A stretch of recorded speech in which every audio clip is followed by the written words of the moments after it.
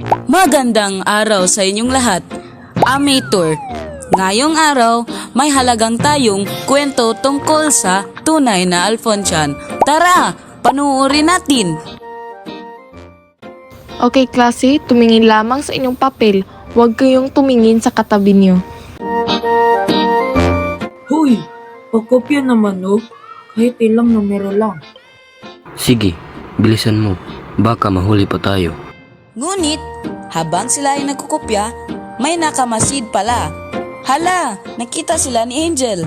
Hala, nakita ko silang nagkopyahan. Kailangan ko itong isumbong dahil mali ang magsisinungaling. Ma'am, nakita ko po sila nagkokopyahan.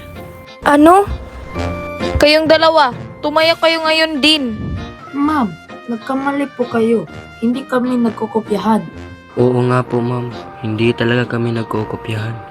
Nag-iimbento lang po yan si Angel. Kung hindi totoo, bakit magkapareho ang mga sagot nito? Pati ba naman ang maling sagot pareho rin? Dahil dyan, bagsak kayong dalawa sa quiz. Ma'am, dahil nagsabi ako ng totoo, may bonus points ko ba ako? Isa ka pa, bumalik ka na sa upuan mo. Sa susunod talaga, mag-aaral na lang ako ng mabuti. Oo nga, mas mahirap at mas nakakahiya pa palang mahuli kaysa mag-review. Sa wakas, mabuti naman at na-realize niya. At least ngayon, alam niya na. Isang mahalagang paalala sa ating lahat, ang score sa test ay numero lang. Pero ang katapatan ay tatak ng iyong pagkatao. Mas mabuting magkasapado dahil sa sariling sikap kaysa makakuha ng mataas na marka gamit ng pandaraya.